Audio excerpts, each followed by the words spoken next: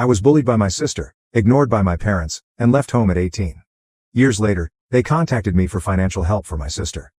For years, my parents disregarded my elder sister's harsh bullying, so I moved out at the age of 18. 6 years later, they wanted us to reconcile, so they contacted me with the awful news.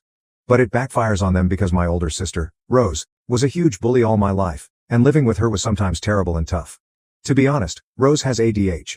Her continual hyperactivity and aggression made her a difficult person to live with, especially during our childhood. Rose was 5 years old when I was born, and her reaction to my presence was anything but welcome. She was always uncomfortable with the attention I received from our parents. It's not uncommon for older siblings to feel jealous or displaced by a new baby, but Rose's emotions were very strong. She would throw full-blown tantrums whenever my parents spent time with me, as if my very presence offended her. All I remember from my youth is my sister snatching all of my toys. She would snatch them away without hesitation.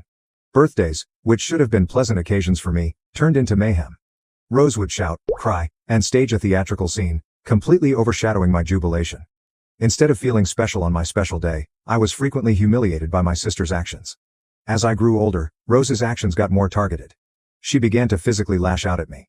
She would sometimes shove me out of the way, even when there was no need for it.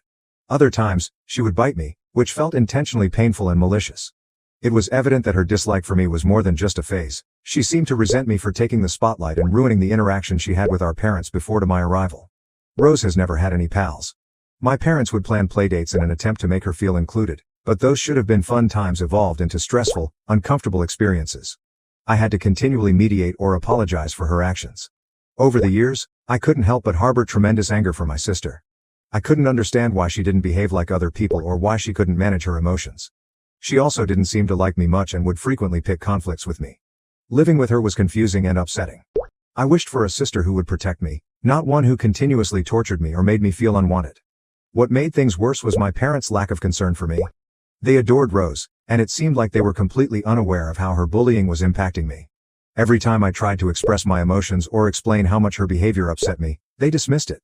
They'd explain to me that Rose was a special kid, who required my understanding and patience at all times.